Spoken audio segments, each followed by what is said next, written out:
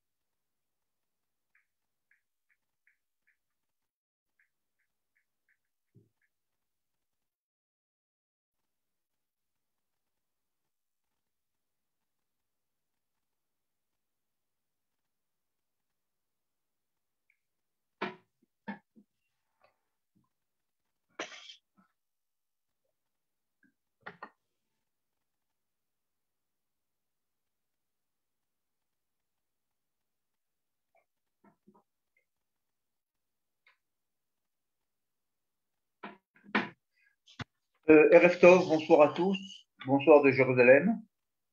Nous allons commencer à l'heure pour pouvoir être avec vous dans l'heure qui vient jusqu'à la sonnerie de souvenir qui aura lieu à 20h. Nous allons passer, quand je dis 20h, évidemment, c'est l'heure israélienne, nous allons passer ensemble. En général, j'ai l'habitude de dire que j'ai le plaisir d'accueillir aujourd'hui, bien que ce sont deux amis qui sont ce soir avec nous en direct d'Israël, plus particulièrement de Kiryat Arba, Hebron, qui sont nos témoins ce soir à l'occasion du Yom HaZikaron. Bien que ce sont deux amis, on ne peut pas parler de plaisir, on va parler, j'allais dire, d'émotions partagées. Et j'espère que nous allons arriver à partager ensemble cette émotion d'une journée difficile. Après le Yom HaShoah, dans la même semaine quasiment, nous continuons à nous recueillir, j'allais dire, dans ce même mouvement de notre histoire avec le Yom HaZikaron, pour essayer enfin, demain soir, petit à petit, pouvoir avoir le plaisir de se réjouir de la création de notre État. Donc ce soir, nous avons avec nous un invité que vous connaissez déjà, l'historien Eliyahu Atlan, qui nous a déjà parlé plusieurs fois de Hebron, mais d'autres sujets encore. Et mon ami, j'allais dire, Alexandre Benzikri, qui a partagé avec Eliyahu et d'autres personnes encore, vous allez le découvrir tout à l'heure, un événement particulièrement dramatique dans l'histoire d'Israël qui s'appelle, qu'on nous avons appelé ce soir, Embuscade à Hebron, qui est plus connu en Israël sur le nom de Pigoua Tzir Hamit-Palelim. Pigoua Tzir Hamit-Palelim, ça s'est passé, si je ne me trompe pas, le 15 novembre 2002. L'année 2002 a été une année particulièrement puissante pour Israël. Je crois que ce qu'il y a de particulier dans cet événement, on a monté, c'est que finalement, depuis une vingtaine d'années seulement, on parle du destin commun des civils et des militaires qui ont donné leur vie pour Israël. 25 000 personnes qui sont reconnues comme étant des Halalei Tzahal ou Halalei Machot Bitron Israël ou Nifgaei Peulot Haïva, comme on dit en Israël, des victimes du terrorisme. Et finalement, cet événement de Tzir Hamit-Palelim est probablement l'événement le plus complexe, où il y avait des civils qui étaient des militaires, où il y avait des militaires, où il y avait des officiers, où il y avait des simples soldats, où il y avait des simples civils. Et donc, c'est vraiment un événement qui, évidemment, a coûté la vie à de très nombreux soldats et de très nombreux civils. Voilà, nous avons pris deux témoins qui étaient tout simplement des combattants ce soir-là et qui vont nous raconter cette histoire pour nous permettre un petit peu de nous lier au destin, au sort de 25 000 dont on a parlé. Alors, évidemment, vos micros, comme d'habitude, sont fermés. Jusqu'à 8 heures, nous allons rester en direct de Jérusalem, mais aussi de Kiryat Arba, pouvoir écouter la sirène tous ensemble et se mettre debout pour rendre hommage à ces personnes. Voilà, je remercie évidemment nos associés, Nathalie Lévy et Yasmine Cohen à Paris et à Jérusalem, de l'organisation de cet événement. Et je donne la parole à Eliyahu d'abord, qui sera un petit peu le mentor de cette soirée, de se présenter, de présenter son invité Alexandre. Merci à vous. Merci Avi, merci à toute l'équipe de Jérusalem et de Paris. Et comme tu m'as demandé, donc une rapide présentation. Je m'appelle Eliyahu Atlan, j'habite à Kiryat Arba depuis à peu près 40 ans. Et il y a déjà, le temps passe à une vitesse extraordinaire. Quelque chose comme une vingtaine d'années, j'ai été contacté, ainsi que mon ami Alex, à qui je vais bientôt passer la parole, à rejoindre un projet qui était tout nouveau en Israël. Vous savez que, d'une manière générale, les villages juifs qui se trouvent en Judée-Samarie sont davantage exposés à l'agressivité, au terrorisme palestinien. Donc, on a été les premiers participants à un projet qui s'appelle Kitat Konenut, les équipes d'intervention. Pour l'instant, je vais m'en arrêter là. Je vais passer le microphone virtuel à notre ami Alex et ensuite nous allons rentrer directement dans le vif du sujet. Alex, bravo. Bonsoir à tous, c'est un honneur pour moi d'être parmi vous. Je vais d'abord me présenter, Alex Benzekri, j'ai 47 ans, marié à Yael, père de 8 enfants. Je suis en Israël depuis 1990 et à Kiryat Arba, installé à Kiryat Arba en famille depuis l'année 2000. Donc, on a débarqué à Kiryat Arba en fait au début de la deuxième intifada et c'était en soi une expérience assez particulière. J'habite à Kiryat Arba, comme ça a déjà été dit. À l'origine, j'étais informaticien, programmeur. L'événement dont on va parler a bouleversé ma vie dans plusieurs domaines, dont dans le domaine professionnel. Et aujourd'hui, je suis indépendant dans le domaine de la rénovation, électricité, peinture et tout ce qu'il y a entre eux. L'équipe de sécurité, l'équipe d'intervention de Kiryat Arba, je l'ai intégrée en cette même année 2000 où je suis arrivé pour m'installer à Kiryat Arba en famille. Ça a été, on m'a pas laissé le choix, on va dire. Ça a été spontané, on m'a pas laissé le choix. Quand je suis revenu à Kiryat Arba, j'ai étudié 2 ans à Kiryat Arba quelques années auparavant. Donc, je m'étais déjà fait des amis. La communauté française de Kiryat Arba, elle est très riche, elle est très intéressante. Donc, les amis ont dit Alex, bienvenue au club. Tu intègres l'équipe de sécurité. Il y a des familles à protéger. Donc, voilà comment je suis arrivé à Kiryat Arba, pensant devenir un civil. Et finalement, on fait un civil assez engagé, même au niveau militaire. Alors Alex, peut-être que beaucoup de personnes qui nous regardent en ce moment te connaissent pour la bonne et simple raison que tu as eu souvent l'occasion de raconter ton histoire lors de cet attentat terrible.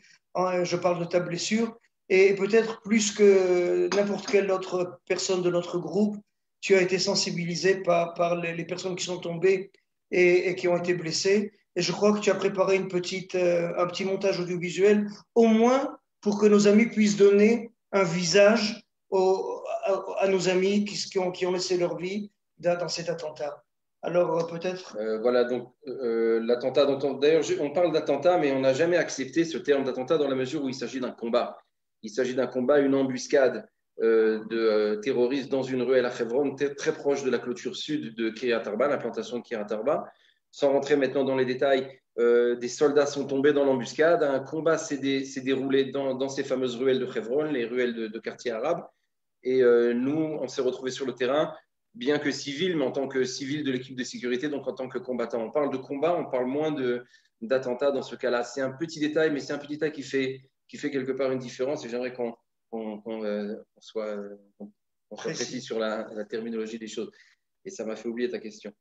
Peut-être tu nous présentes, on essaye de voir le visage des personnes. Bien sûr. Dans ce combat, donc, 12 personnes sont tombées, parmi eux 3 civils. On va vous présenter les visages pour qu'il y ait des visages sur un nom. Voilà, le combat dans la Simta, le 15 novembre 2002. Parashat Vayetse, c'était le Yud Aleph Kislev Tafshin Samer Gimel. Un vendredi soir. Un vendredi soir. Yitzhak Bouanish, le responsable de la sécurité de Kiryat Arba, originaire de la communauté de Blanc-Ménil. Certains l'ont sûrement connu. Pour continuer, on va d'abord présenter les différents noms. Vas-y.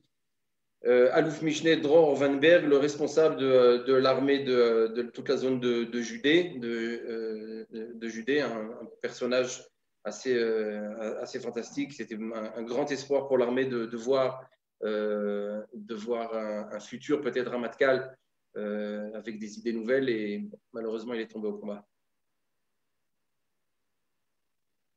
Igor Drovitsky, ça c'est ceux qu'on a un peu moins connus. Ils ont fait partie des soldats qui étaient ou qu'on appelle ça dans l'oreille au moment de l'embuscade, ou des soldats qui sont venus à la rescousse par la suite. Et donc, on va passer assez vite. Igor Dorovetsky, Tomer Nov,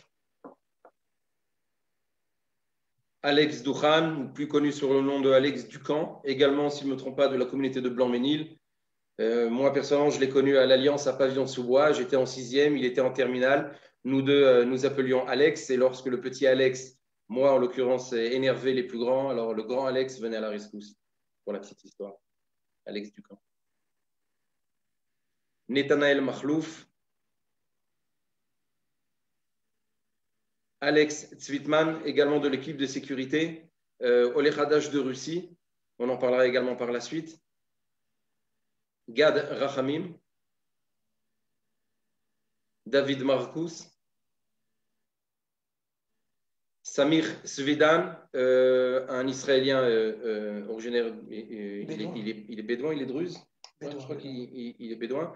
Moi, personnellement, je l'ai connu très peu, mais je l'ai connu un peu avant l'événement. On distribuait du café aux différents soldats qui étaient postés dans Hebron la nuit, aux petites heures vraiment tardives. Et donc, j'ai eu l'occasion de rencontrer même avant également un personnage assez intéressant, comme tous. Danny Cohen, c'est le dernier combattant qui a connu la mort dans ce combat, le Mefaked, le chef des blindés qui sont venus à la fin pour liquider les 2 derniers terroristes, et il est tombé également au combat. C'était le 12e. Yeshayahu Davidov, Mishmar Agvoul, garde frontière. Et Yitzhak Bonish, dont on a déjà mentionné le nom. Ok. אז, Alex, moi dans ma jeunesse, j'ai été au mouvement jeunesse Bétard. Et la semaine dernière, on a participé à une soirée sur la révolte du ghetto de Varsovie. Et le narrateur, la personne qui donnait cette discussion, cette artsa'a, comment on dit en français, cette conférence, il nous avait dit les Bétarines, depuis 1935, ils écoutaient Jabotinsky, qui les prévenait d'une catastrophe qui allait venir en Europe, et qui leur demandait d'apprendre à tirer, de s'engager dans l'armée polonaise. C'est en Pologne qui faisait ces discours, pour au moins savoir manier les armes. Donc moi, j'ai grandi dans cette atmosphère. Toi, tu viens de Paris, tu as fait ton service militaire, tu fais tes milouim, tu es père de famille, tu élèves tes enfants en Israël, tu te bats pour apporter de quoi manger à la maison. Qu'est-ce qui te fait rentrer dans une équipe d'intervention, une invention de Yitzhak Bouanish, alors que personne n'en parle encore? Ça aurait pu être un pétard dans l'eau, et on sait qu'en fin de compte, ça va connaître un succès extraordinaire dans les autres Ishouvim. Mais toi, Alex Benzikri, qu'est-ce qui te pousse à rentrer là-dedans? Lorsque je suis arrivé en Kiryat Arba, d'abord, je suis arrivé à Kiryat Arba en 2 étapes. Il y a eu la première période, l'époque de la Yeshiva, où j'avais 18 ans, je venais de finir mon bac à Kfar Maimon. J'avais le choix de rentrer à l'armée tout de suite, de rentrer à la Yeshiva avant. J'ai choisi de faire un programme Esder plus ou moins adapté au Olim Pradashim. Et j'ai choisi de faire ça à Kiryat Arba, dans une Yeshiva totalement inadaptée, une Yeshiva uniquement d'Israéliens. J'étais un Français qui ne maîtrisait pas encore la langue, parce que j'avais tout simplement envie de rentrer dans cette réalité des implantations de Judée-Samarie, vivre avec ces gens-là, vivre près du caveau des patriarches de Hebron, et donc vivre en fait une alia active, pas passive. De fil en aiguille, j'ai fait l'armée. En 2000, je suis revenu à Kiryat Arba en famille. Et là, j'ai compris qu'il y avait les civils, l'armée, et qu'il manquait un maillon entre les deux. L'armée, quand on veut la mobiliser, ça prend un certain temps de réaction. Les soldats qui sont postés dans Kiryat Arba, Hebron, connaissent les différentes routes, mais ne connaissent pas forcément les quartiers ni la topographie de Kiryat Arba, donc de l'implantation. Et des fois, on perd beaucoup de temps à leur expliquer par où il faut aller, comment il faut aller, ils sont obligés d'ouvrir des cartes, etc., etc. Donc, c'est pour ça qu'à la fin des années 80, après la première intifada et bien avant la deuxième intifada, Yitzhak Bouanish, responsable de la sécurité de Kiryat Arba, a pris cette initiative de créer ce groupe d'intervention organisée qui compte à peu près 40-50 combattants à Kiryat Arba. Tous ont fait l'armée. Certains, aujourd'hui peut-être plus qu'avant, ont fait partie d'unités vraiment combattantes de pointe dans Tsahal. D'autres, un petit peu moins, mais ont fait le choix de faire partie de cette équipe de sécurité. Alex, ok, tout ça c'est super important, c'est technique, c'est idéologique. Au niveau humain, qui tu vas trouver dans cette équipe-là? Des Français, des mecs comme toi, des anciens de Kfar Maïmon? Alors, au niveau humain, d'abord, on ne peut pas rentrer dans l'équipe de sécurité si on n'a pas la signature de sa femme. Parce que c'est un engagement de toute la famille. C'est avoir un beeper 24 heures sur 24 à la ceinture, un talkie-walkie qui n'arrête pas de parler et être prêt à tout moment à quitter, que ce soit la table de Shabbat, que ce soit la chambre, que ce soit n'importe quelle activité dans la maison, et d'aller au combat sans savoir si on en reviendra et dans quelles conditions. Je ne pouvais pas rester de côté, avoir mes amis avec une arme à l'épaule 24 heures sur 24 et ne pas faire partie de cet effort de guerre qui permet finalement à Kiryat Arba d'exister. Qui tu rencontres là-bas? Des religieux comme toi, des Français? Dans l'équipe de sécurité, il y a de tout. Il y a beaucoup de Français, parce que les Français, de manière naturelle, sont toujours très engagés. Ils croient on appelle ça, ils ont la foi en ce qu'ils choisissent de faire dans la vie. Donc, les Français à Kiryat Arba, on en retrouve pas mal dans l'équipe de sécurité, ça ne manque pas. Mais on a aussi des Russes fraîchement arrivés et on a aussi des vieux de la vieille, des personnes qui ont fait les différentes guerres d'Israël et qui sont là avec leur M16 prêts à participer. Alors, ils courent moins, ils ont des MDOT, qu'on appelle des MDOT, des points de garde statiques, pas dynamiques, etc. Mais on rencontre tout le panel de Ham Israël, des Ashkenazim, des Sfaradim, des religieux, des moins religieux, de tout, mais tous avec la même conviction qu'il faut protéger des civils là où ils habitent. C'est ça l'idée. Ok. Et donc, quelles sont tes attentes lorsque tu rentres dans cette équipe-là? Par exemple, est-ce que tu pensais un jour qu'on pouvait t'arracher de la table de Shabbat? Est-ce que tu envisageais une possibilité d'action de l'équipe? D'abord, sur le papier, quelles sont les instructions de l'équipe d'intervention? C'est de sortir à l'extérieur du Ishour? De rester à l'intérieur? Sur le papier, au début, moi, quand j'ai intégré l'équipe de sécurité en 2000, je savais que j'étais amené peut-être à faire un tour de garde, à me mettre au courant de ce qui se passe dans la région, peut-être à faire un barrage routier, mais j'aurais jamais imaginé qu'un jour on allait devoir sortir à l'extérieur de Kiryat Arba, descendre dans les ruelles les plus profondes et les plus qu'on appelle ça obscures de Hebron pour un combat. Notre rôle, il se passe uniquement à l'intérieur des clôtures de Kiryat Arba, dans le milieu dans lequel on vit, que ce soit au supermarché, que ce soit dans les ruelles, au square, etc.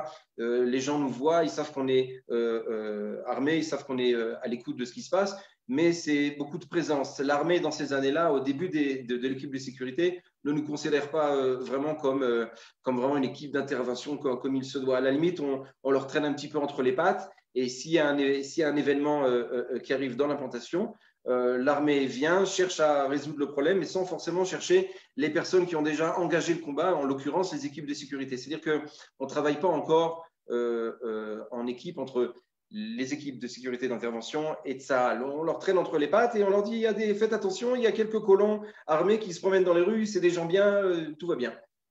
Mais en 2002, ce 15 novembre 2002, c'est bien la première fois où tous ces pères de famille à la table de Shabbat sont amenés par les événements à quitter cette table de Shabbat sans explication, à descendre dans cette fameuse ruelle et à engager un combat pour finalement perdre 3 personnes de l'équipe. Alors peut-être encore une petite précision technique. Je me rappelle les paroles de Yitzhak Bouanish, Zichron Livracha. Vous savez, mes amis, d'abord, lorsqu'on rentre dans une guerre, lorsqu'on rentre dans un affrontement, on sait toujours comment ça commence et on ne sait jamais comment ça va se terminer. C'est valable pour nous, c'est valable aussi pour les terroristes. Aujourd'hui, quand on fait des enquêtes sur les différents attentats qui ont eu, on sait que très souvent, les terroristes ont un programme originel, et sur le terrain, les choses vont évoluer différemment de ce qui a été préparé. Et donc, c'est un peu la même chose pour nous.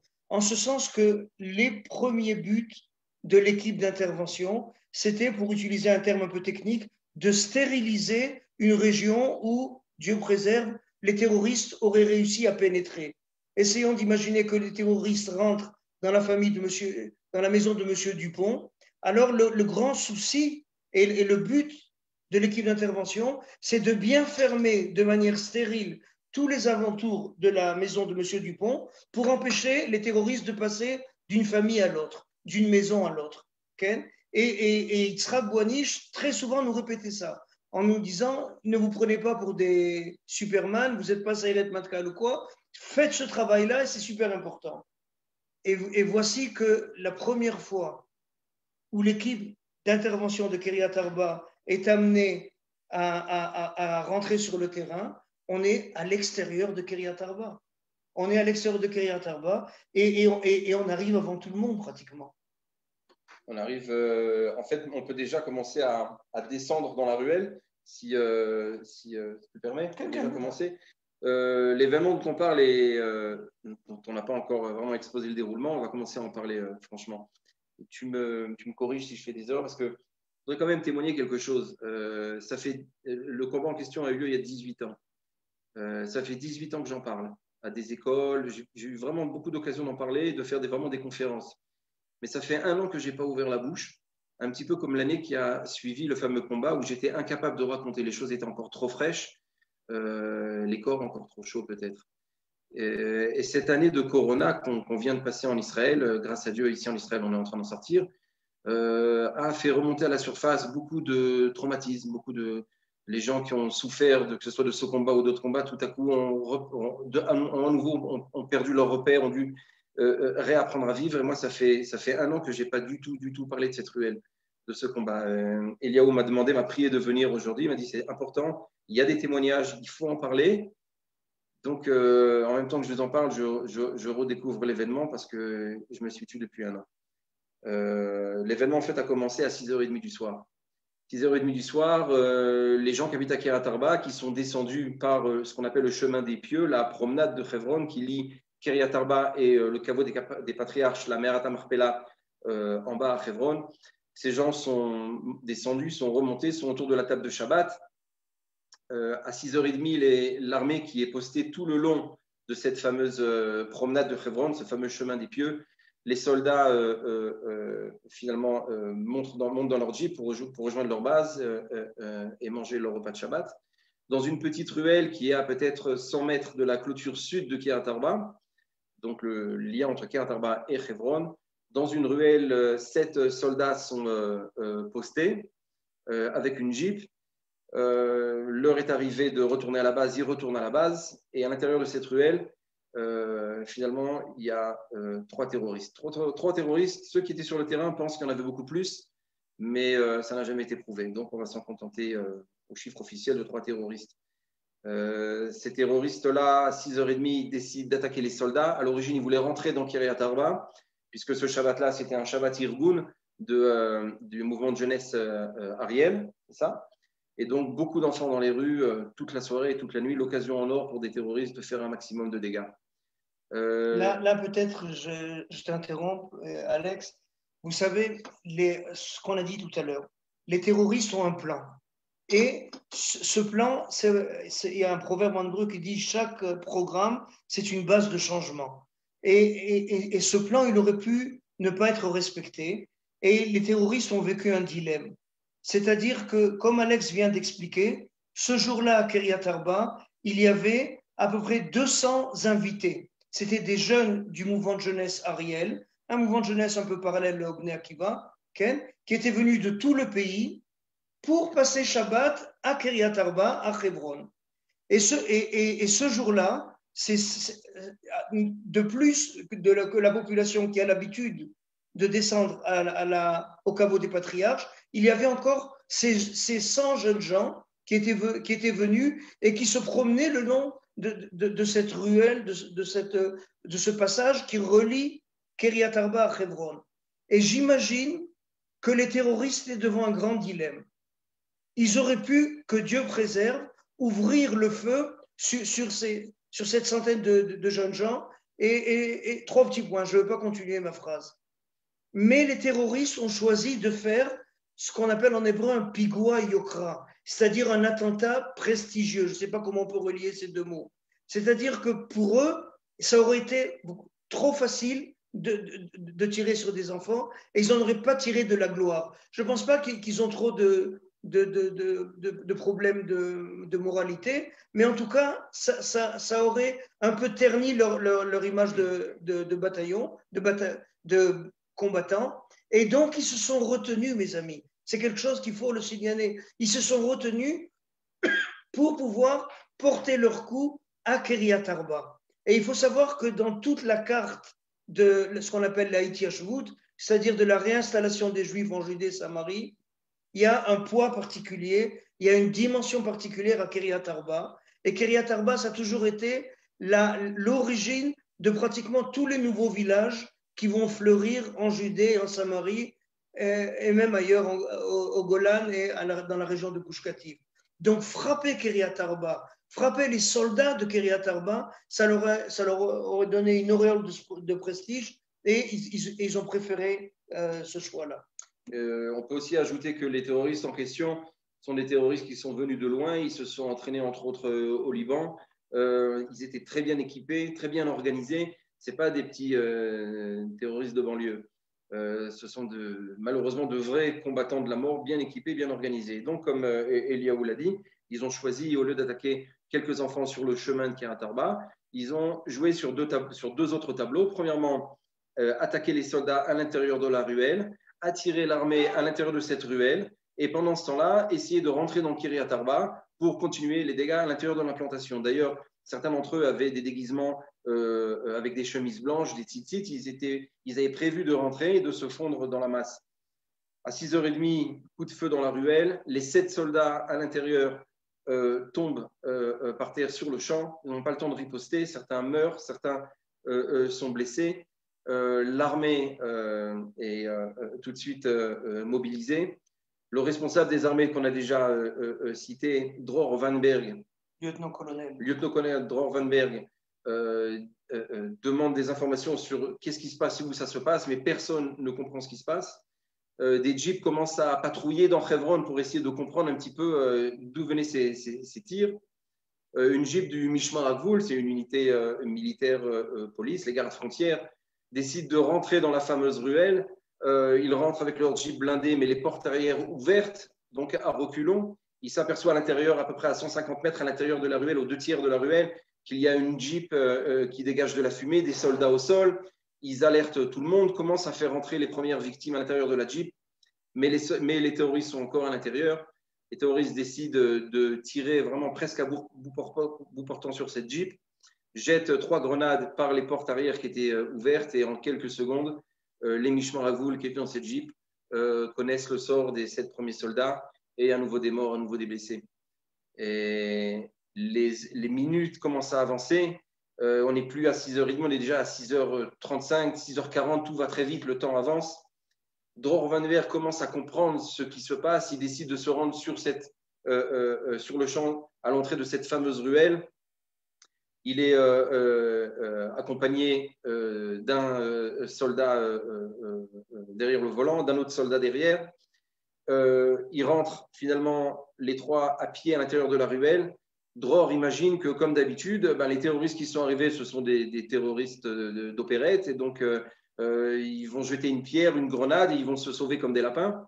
Donc maintenant, ce qui est le plus important, c'est se rendre au plus vite à l'intérieur de la ruelle pour porter main forte secours aux victimes, essayer de trouver au sol des traces de pas pour poursuivre les terroristes et leur régler leur sort. Mais malheureusement, ce soir-là, les événements ont tourné complètement différemment. Cette fois-ci, comme on l'a dit tout à l'heure, les terroristes sont venus bien équipés et ils sont là pour rester jusqu'au bout, pour tuer et pour finalement se faire tuer. Si on a rappelé Dror qui arrive parmi les premiers sur les lieux, et Dror arrive bien équipé, et on n'a pas l'occasion peut-être de vous le montrer, mais les soldats de Tzahal ont ce qu'on appelle un charpat, c'est-à-dire un pare-balles, je crois, un gilet spécial donc, qui les protège des balles. Et donc ce gilet est très efficace, mais ce gilet, il a un point faible. au niveau du cou, ici, il y a une espèce d'articulation qui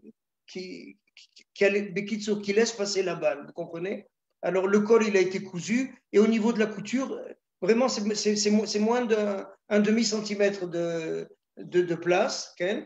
Et c'est exactement là où Dror va trouver la mort. Et quelques temps plus tard, quelques minutes plus tard, c'est notre ami Yitzhak Bouanish, dont on a vu la photo tout à l'heure, qui arrive. Et j'ai eu l'occasion de réentendre. Vous savez que toutes les conversations militaires sont enregistrées dans un centre spécial qu'on appelle le Moked. Et j'ai eu l'occasion d'écouter Yitzhak Bouanish qui dit « Je vois le terroriste ». Il avait, en hébreu, je ne sais pas comment on dit en français, un téléphone, un petit micro Madonna, une petite oreillette comme ça avec le micro devant lui. Comme ça, il peut être en contact avec le quartier général. Et les dernières paroles de Yitzhak Bouanish, il dit « Je vois le terroriste, je lui tire dessus ». Et le terroriste en question a une fraction de seconde d'avance sur Yitzhak. Et c'est les dernières paroles de Yitzhak. Et puis, on n'entend plus la voix de Yitzhak, on n'entend plus les ordres de Yitzhak. Et on se retrouve dans cette ruelle. Alex, je ne sais pas si c'est un hasard, Aval, j'étais derrière toi, tu te rappelles? Alors justement, pour mettre juste un petit peu l'ordre chronologique, quand Dror sort blessé par balle, il s'écroule. Yitzhak Bouanish, comme Eliaou l'a déjà dit, accueille Dror sur son dernier souffle. Dror a le temps à peine il est peut-être 7h moins le quart, Dror a à peine le temps de mobiliser les équipes de sécurité de la table de Shabbat, donc nous, les civils. C'est Dror Weinberg en lui, le lieutenant-colonel, le colonel qui nous appelle de la table de Shabbat. Et c'est à ce moment-là même où Yitzhak finalement prend le contrôle des opérations puisque Dror est tombé au combat. Quand Yitzhak va rentrer à l'intérieur de la ruelle, il ne va pas rentrer seul, ils vont être une dizaine de combattants, dont 7 civils de l'équipe de sécurité. C'est les premiers qui sont arrivés sur le terrain, ceux qui avaient le talkie-walkie à la maison et qui avaient un temps d'avance sur ceux qui n'avaient qu'un beeper. À l'époque, on était moins équipés qu'aujourd'hui. Ces 10 combattants vont rentrer dans la ruelle et vont être finalement, si on dit que Yitzhak Bouanish en France faisait des arts et du théâtre, Yitzhak Bouanish sait très bien ce que c'est que d'être sur une scène de théâtre éclairée par les projecteurs. Et en fait, il a retrouvé cette même impression, on peut dire, à l'intérieur de cette ruelle, puisque la deuxième Jeep, celle de Mishmar Agvoul, était restée avec les phares allumés vers la sortie. Et Yitzhak rentre avec 10 hommes et ils sont éclairés par ces phares. Donc Yitzhak prend la décision de courir à découvert jusqu'à la Jeep pour casser les phares avec le canon de son fusil. Il est accompagné de Alex Tzvitman de l'équipe de sécurité. Les coups de feu retentissent, ils sont surpris, les grenades explosent et malheureusement les 10 combattants qui sont rentrés avec Yitzhak tombent. Certains sont blessés, certains sont morts. Les seuls qui arrivent à sortir sur les 10 gars en question, c'est Shlomi Amar et Shlomi Cohen de l'équipe de sécurité. Pendant ce temps-là, encore une vingtaine de combattants sont arrivés de la maison, dont moi, dont Eliaou. On est arrivé à peu près à ce moment-là. Il est à peu près 8h du soir déjà. On est prêt à rentrer à l'intérieur de cette ruelle. On sait que là-bas, il se passe toutes sortes de choses, mais encore une fois, personne, à part ceux qui y ont été, ne savent exactement ce qui s'y passe. Et lorsque Shlomi Amar et Shlomi Cohen sortent, ils nous regardent dans les yeux et ils nous disent, je le dis en hébreu, Alti kansu, petar geinom, malach hamavet bifnim, kol mi shenichnas met.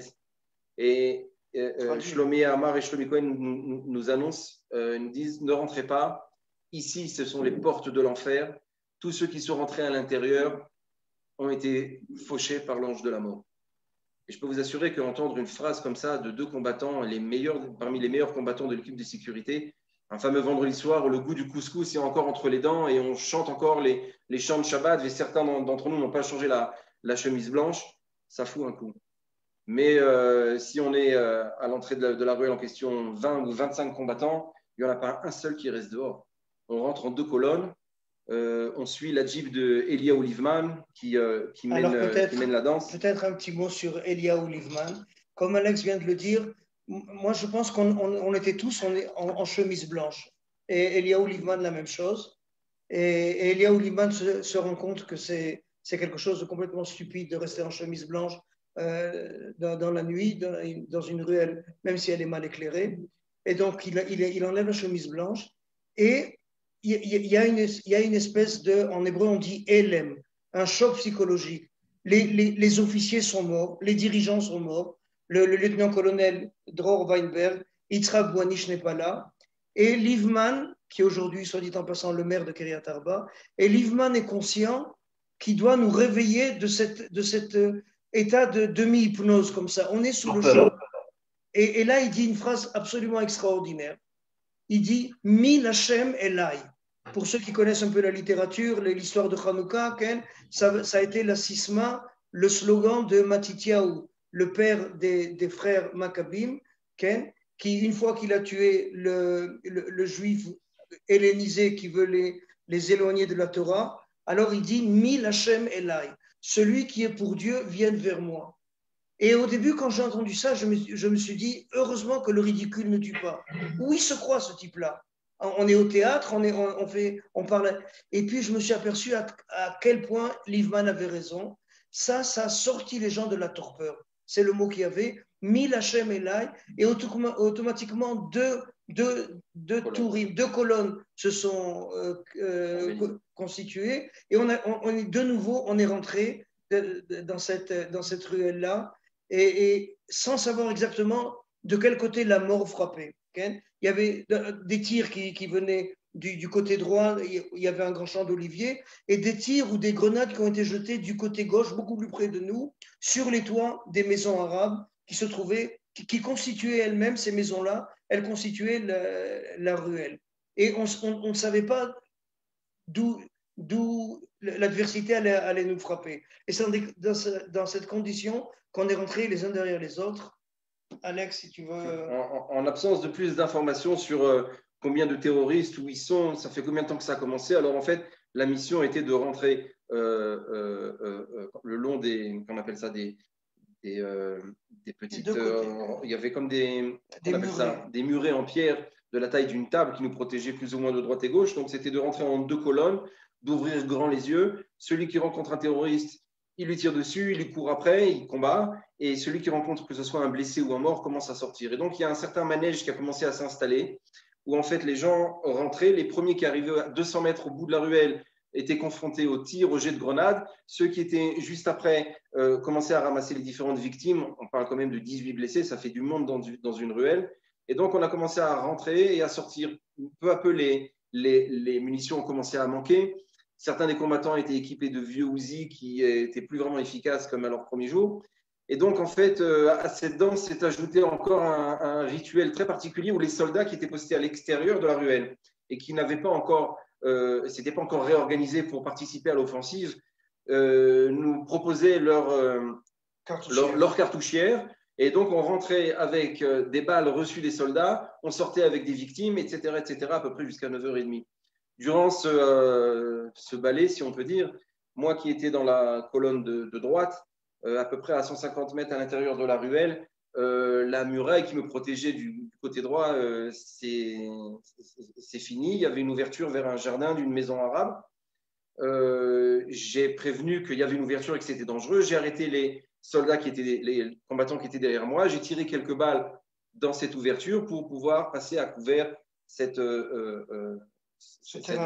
terrain mort, exactement, et rejoindre ceux qui étaient en tête de file. L'une des personnes effectivement, je me souviens, tu étais derrière moi, mais je crois que tu es passé devant moi, parce que je me souviens que tu étais devant moi. Enfin, peu importe. Ce que je me souviens, c'est qu'au moment où je me soulève pour passer le coin du muret, courir le plus vite possible, à l'intérieur du jardin de la maison en question, il y a à une distance de 4 mètres à peu près, il y a une silhouette assez massive qui se redresse en même temps que moi. Quelqu'un crie « Alexandre, mets-toi à couvert, tu es vulnérable ». Je m'apprête à tirer, mon arme cache la moitié de mon visage et je vois en face de moi quelque chose qui ressemble plutôt à un soldat avec comme un casque sur la tête. C'est pas un casque, c'était apparemment un bonnet ou quelque chose comme ça.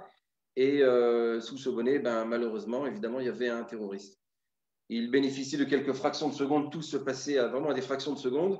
Il tire une balle précise dans ma direction, vers mon visage. Et là, un grand miracle, ce n'est pas mon visage qui est percuté par la balle, mais mon fusil. Mon fusil éclate, explose.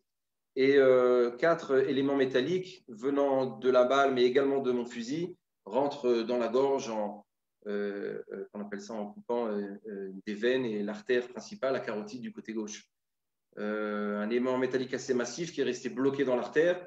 La dernière chose que je me souviens, c'est que vraiment, je saigne de manière assez importante. Je vois Eliaou ici présent. Je me souviens très bien que je te vois. Je crie Shema Israël, Adonai Eloheinu, Adonai Echad, en pensant que telles seront mes dernières paroles. Et Eliaou a eu le temps de venir à moi. Je me souviens que tu m'as enlevé le casque, que tu m'as déshabillé et que tu m'as donné une tape amicale sur l'épaule. Est-ce que tu te souviens de ça? Pour me donner le sentiment que je ne sais pas quel sentiment. Est-ce qu'on va te sauver ou est-ce que tu peux mourir tranquillement, on est avec toi? Je ne sais pas ce que tu as pensé à ce moment-là. Mais je pense que ce n'était pas très encourageant, mon état. Est-ce que tu m'as dit aussi, j'arrive plus à respirer? Et ça m'a mis dans une pression. Je n'arrivais plus à respirer, la gorge commençait à gonfler, les cordes vocales avaient été également touchées, je n'arrivais plus à respirer. Et tu m'as sorti de la ruelle sur ton dos. Pas tout de suite, pas tout de suite. Je suis parti en arrière et j'ai essayé d'amener un infirmier ou un docteur à l'intérieur. Et des fois, les lois de la guerre, elles sont un peu cruelles. Et les docteurs et l'infirmier, qui sont des gens extraordinaires, ils me disent non, il n'est pas question que nous, on rentre. Tu me l'amènes ici. Je dis, moi, je ne retourne pas là-bas si tu me donnes pas quelque chose. Alex, il est en train de crever, il ne respire pas. Je ne retourne pas là-bas pour le. Alors, il m'a donné ce qu'on appelle en anglais airway, un espèce de morceau de plastique ou quoi. Et moi qui suis né avec 2 mains gauches, je me suis dit aujourd'hui, tu es obligé de réussir dans ça ou quoi. Je dis comment je le mets, où je le mets. Alors il m'a expliqué, je suis venu, on a mis le airway et on t'a ramené en arrière. Et à ce moment-là, tu perds connaissance. Et quand je te dépose là-bas, il y a déjà 2 tas. Il y a l'état des blessés qu'on peut encore sauver et il y a l'état des personnes que les docteurs pensent qu'il n'y a aucune chance. Et quand ils te voient à toi, ils me font signe, ils me disent de l'autre côté, du côté des. C'est-à-dire que ta blessure, et là ce que j'ai écrit quand j'ai essayé d'établir un petit plan comme ça, un miracle qui s'appelle Alex Benzikri. Et là commence une aventure tout à fait extraordinaire, avec une ashgacha, avec une présence divine. Je crois qu'il y a la main de Dieu qui va intervenir dans ce sauvetage qui sort de l'ordinaire. En fait, à 8h30 du soir, alors que le combat ne fait finalement que commencer, il va continuer jusqu'à aux heures tardives, vers 11h30. L'armée prend le contrôle des opérations vers 9h30, presque 10h. Jusqu'à cette heure-là, les équipes de sécurité rentrent, sortent. À 8h30 pour moi, le combat dans la ruelle, évidemment, est fini, mais le combat pour la vie ne fait que commencer. Et avant que je vous emmène vers l'héliport, la piste d'atterrissage, où en fait, ça a été vraiment le mifné, le tournant de cette affaire pour moi, en tout cas. Tu veux peut-être raconter en quelques mots ce qui s'est passé à ce moment-là jusqu'à la fin du combat, en quelques mots? Parce que moi, j'étais plus là-bas. Ok. Donc, pas le droit de raconter. On commence à comprendre que les terroristes sont décidés à mourir. Ils combattent bien. Pratiquement chaque fois qu'ils tirent d'un endroit, après ils changent de position et ils vont tirer. Donc vraiment, c'est très difficile de les repérer. Et toute cette moitié de combat a été pratiquement animée par les terroristes qui sont dans la direction que Alex a rappelé, du côté droit de la ruelle. Maintenant, à ce moment-là, une fois que Alex a été touché et ramené vers l'arrière, un troisième terroriste, Ken, va rentrer en jeu. Et ce terroriste, il se trouve tout près de nous.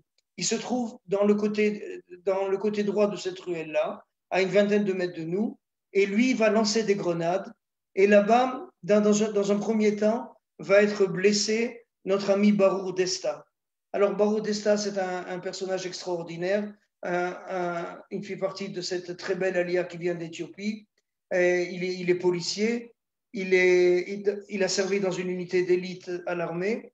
Et dans notre équipe d'intervention, c'est une personne qui est particulièrement appréciée. Et il connaît beaucoup de personnes de notre équipe d'intervention parce qu'ils font partie de la même de la même section en Milouim. Et donc, Baruch Desta est blessé. Et Moshe Frej, encore un Français, qui est son voisin, qui est son soldat en Milouim, le voit et lui dit, Baruch, ne t'inquiète pas, j'arrive. Et Baruch lui dit, tu ne t'approches pas d'ici, le terroriste, il est juste au-dessus de moi.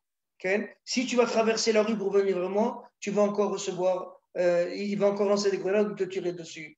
Moshe n'écoute pas, Moshe traverse la route, et exactement comme Baruch avait prévu, le terroriste ne va pas rater une occasion comme ça, et il tire une rafale et il lance une grenade et Moshe est blessé. Et je vois Moshe au milieu de la rue comme ça, et il avait l'air endormi, il n'y avait pas de sang, il n'y avait pas on ne voyait pas son visage, il était allongé sur le ventre comme ça.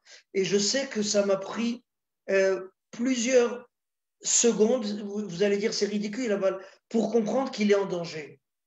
On nous tire dessus ou quoi, et Moshe, vous connaissez l'expression les enfants poussent, je joue plus, pousse. Okay? Moshe, il nous dit pousse, et on le laisse tranquille. Okay? Et entre-temps, les terroristes continuent à tirer sur nous très très fort. On retourne un peu en arrière. Un terroriste, Moshe va nous raconter par la suite, un terroriste va s'approcher de lui et Moshe est persuadé qu'il va lui mettre une balle dans la tête comme ça. Il reconnaît des pattes au gaz comme ça, des chaussures qui ne sont pas en cours chez nous. Et Moshe, il fait le mort. Et le terroriste tourne autour de lui, il continue, il retourne dans la ruelle, se cacher, persuadé que Moshe est mort.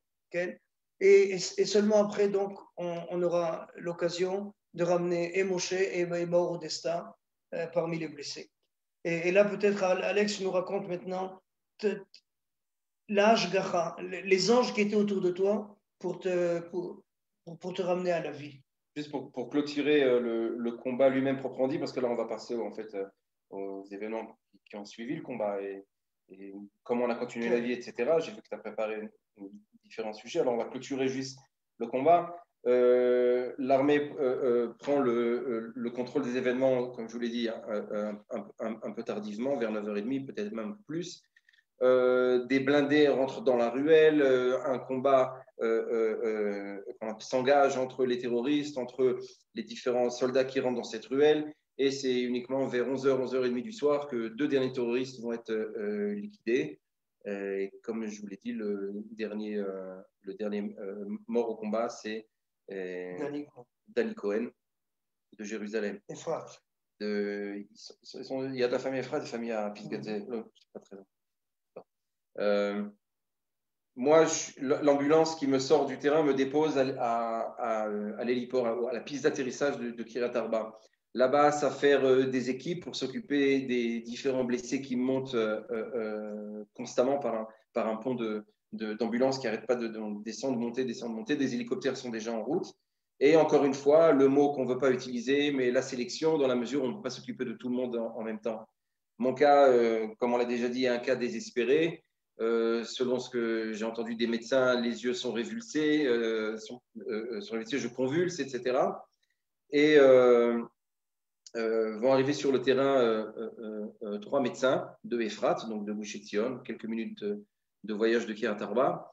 On a Yitzhak Glick qui est responsable urgentiste de Ephrat. Ce soir-là, il a un invité d'honneur des États-Unis, un certain Mark Richman, un Américain très haute taille. Officier supérieur dans l'armée Medler américaine. Il est venu pour une semaine en Israël pour faire un petit peu de volontariat et pour parler un petit peu médecine avec son ami Dr Glick. Le troisième médecin, c'est un certain Doudi Meshali, directeur d'un département de médecine, je crois que c'est endocrinologie, je ne sais plus exactement comment on appelle ça, tout ce qui a rapport avec les veines, les artères et toutes ces choses-là. Dans un grand hôpital israélien. Ces 3 médecins arrivent à Kiryat Arba, ils ont été mobilisés de la table de Shabbat eux aussi, ils arrivent à la piste d'atterrissage et lorsqu'ils s'approchent de moi, ils s'aperçoivent que mon cas est effectivement désespéré, mais il ne désespère pas. Mark Richman va témoigner dans un livre qui a été écrit plus tard en souvenir de Dror Weinberg, que la raison pour laquelle il a accepté de s'occuper de moi dans l'état dans lequel j'étais, c'était parce qu'un jour, à la fin de ses études, il a juré qu'il le ferait, même s'il n'y a aucune chance, et pour être capable, par la suite, comme ça il écrit dans le livre, être capable de regarder dans les yeux de la femme et de l'enfant pour leur dire I did my best. C'était est un maximum chez lui. Il n'a pas pensé un instant qu'il allait réussir. Et comme l'a dit Eliaou, la providence, la Hashgacha a fait qu'après un travail intensif sur le terrain, Mark Richman, aidé par Doudi Meshali, arrive à stabiliser les systèmes vitaux. Je suis prêt à rentrer dans l'hélicoptère, mais l'équipe de l'hélicoptère, les pilotes s'opposent à me prendre parce qu'ils savent que quelqu'un qui vient de perdre entre 2 et 3 litres de sang, avec une artère ouverte, avec des éléments métalliques à l'intérieur du corps, risque de ne pas tenir le coup, même s'il s'agit que de 5 minutes de vol entre Kiryat Arba et l'hôpital à Jérusalem.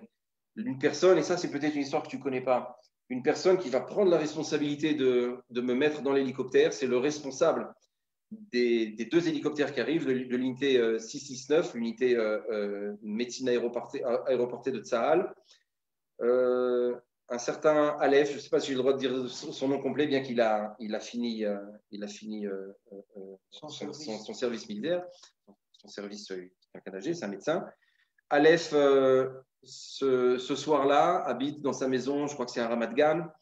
Il est incapable de dormir. 3 jours plus tôt, sa femme, le matin, ne se réveille pas, une embolie cérébrale. La famille est encore en France. Encore une fois, on retrouve des Français. C'est dingue à quel point les Français sont engagés. Et lorsque Aleph entend qu'il y a à Hebron des événements et que son unité, la Sheshesh Tesha 669, est mobilisée, il décide de prendre son matériel, de se rendre là où il faut se rendre en région de Tel Aviv pour pouvoir piloter cette équipe à distance. Et lorsqu'il entend qu'il y a sur le terrain un très grave blessé à la gorge équipé de 2 médecins qui, a priori, ne peuvent pas rentrer dans l'hélicoptère parce que la situation ne le permet pas, que c'est du gâchis de vie, on peut dire. Aleph dit, faites monter le Patsou à Garonne, faites monter le blessé à la gorge dans l'hélicoptère, ma femme priera pour lui. Et je n'oublierai jamais cet instant. Je l'ai rencontré de nombreux mois plus tard et il m'a raconté cette histoire. Et je vous assure que ça fait les larmes aux yeux. Alors, je finis jusqu'à l'arrivée à l'hôpital, tu veux? Non, il me semble que tu oublies un détail important. Quelques mois après ce combat difficile, arrive à Kiryat Arba le Rav Bochobza, un kabbaliste, et il demande à Alex de lui raconter son histoire.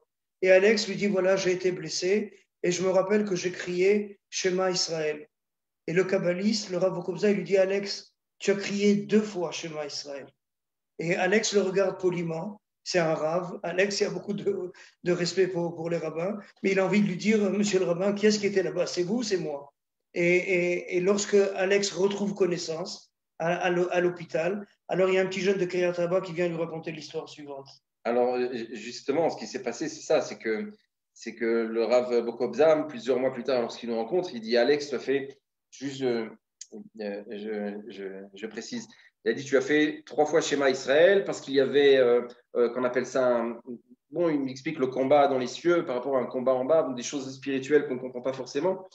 Moi, je savais que j'avais dit 2 fois Shema Israël dans la ruelle avant de perdre conscience et avant qu'on appelle ça un choc hémorragique et que je perde le connaissance, le pouls, etc. Mais pour moi, j'ai toujours dit 2 fois Shema Israël, alors que le Rav Bochobza m'a dit non, tu as dit 3 fois Shema Israël.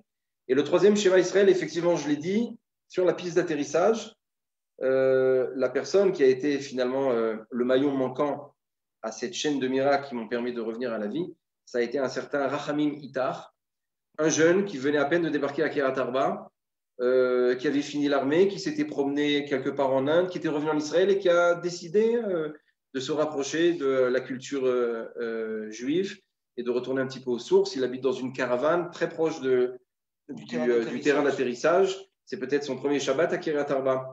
Et lorsqu'il entend tout ce bruit, lorsqu'il entend toute cette effervescence à l'extérieur, il descend sur la piste d'atterrissage pour voir de quelle manière il peut aider. Et il me voit sur un brancard entre la vie et la mort, comme je l'ai décrit. Avec une couverture qui te recouvre le visage, comme on fait pour les morts. Voilà, avec la couverture. Et il s'aperçoit en fait que je bouge, et lorsqu'il enlève la couverture, je me redresse, et avec des yeux rouges et une voix rauque, je lui dis « Je m'appelle Ben Zikri, j'ai très froid ».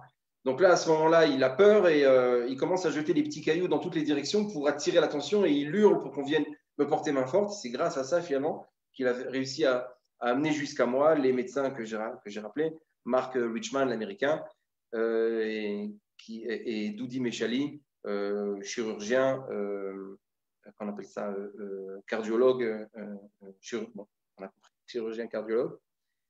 Dans l'hélicoptère, là aussi, il se passe un événement clé. J'ai reçu des soins, j'ai reçu des dons de sang, le pouls est remonté, la pression sanguine s'est stabilisée. Et lorsque l'hélicoptère monte dans les airs, l'élément métallique qui était planté dans l'artère, en fait, se libère. J'ai quelques secondes, si quelqu'un ne réagit pas, parce qu'à nouveau, ça se met à saigner. Mark Richman donne des directives très précises à Doudi Meshali, le chirurgien, qui arrive vraiment de manière tout à fait miraculeuse à passer sa main au travers de la plaie et à attraper l'artère. Et de temps en temps, quand j'essaye de remercier Dieu sur la vie qu'il m'a donnée, je ferme les yeux et je m'imagine avec ma vie entre le pouce et l'index de Doudi Meshali en train de débarquer à l'hôpital de Hadassah Ein Karem, vraiment avec une artère ouverte. Alex, il nous reste 5 minutes avant la tfira.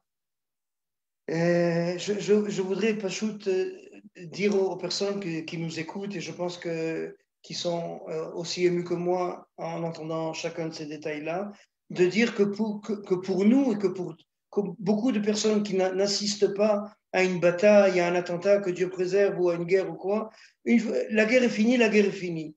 Maintenant, pour des gens comme toi, pour des gens comme Moshe Frej, pour des gens comme Baruch Desta, il y a un autre combat qui commence, c'est le combat le retour vers la vie, et qui n'est pas du tout évident. Si tu es capable de le dire en 1 ou 2 minutes.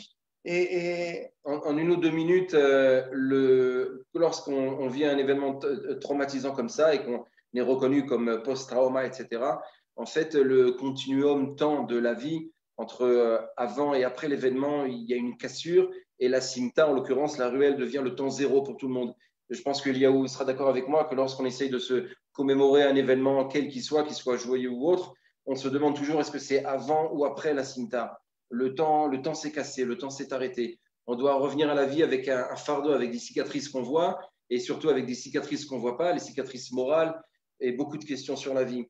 Les gens qui vont nous donner l'espoir et qui vont nous encadrer, qui vont nous permettre de redevenir des gens normaux, des familles normales, même si on va changer de profession et même si quand même beaucoup de choses ont changé dans notre vie, finalement, ça va être les gens qui ne sont pas à Kiryat Arba, qui sont peut-être même pas forcément en Israël, mais ce sont des gens engagés dans l'amour pour leur prochain et qui vont nous donner cet amour durant des années de réhabilitation. J'ai passé 4 ans à m'occuper de ma santé physique et morale, et pendant ces 4 ans, je recevais des dessins d'enfants, je recevais des cartes postales, je recevais, qu'on appelle ça, une visite, un coup de fil de gens de France et d'ailleurs qui disaient « Alex, tu es un gibor, on t'aime, kol hakavod, c'est bien, les mecs de Kiryat Arba, continuez ». Et ce sont des gens qui, quand ils viennent en Israël, même si on ne les connaît pas, ils passent un coup de fil et ils viennent nous voir et on leur fait une visite à Hebron et on vit tous ensemble avec chacun son domaine d'entraide. Nous, on était au combat et les gens en question viennent pour nous aider à réapprécier la vie et à ressourire.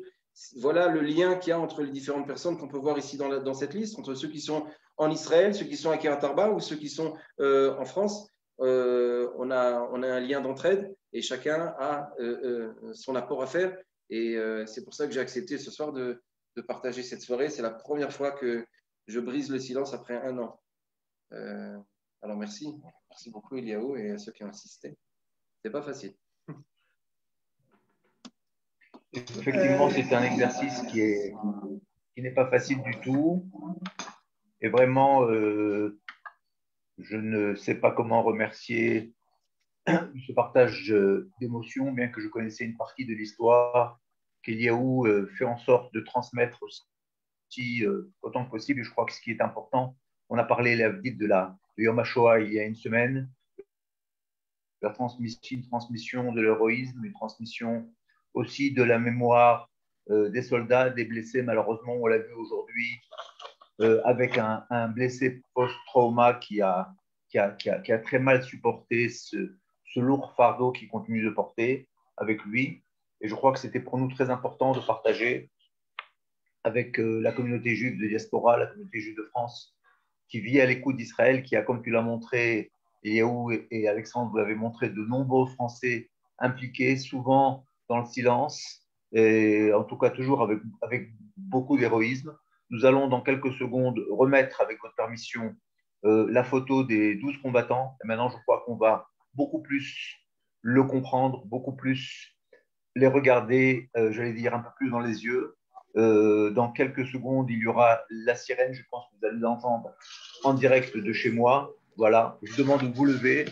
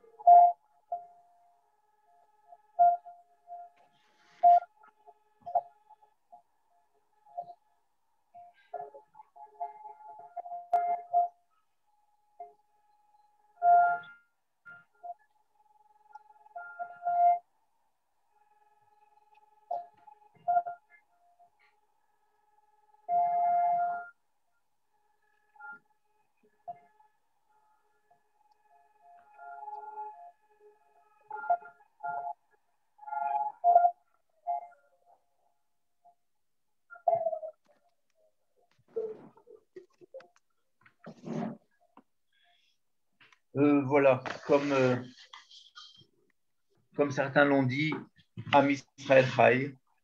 Merci et félicitations aux héros de Hebron. Je crois que à partir de maintenant, quand vous écouterez les informations, à partir d'aujourd'hui, toute la journée de demain, la journée du souvenir, vous regarderez, vous écouterez avec beaucoup plus de profondeur.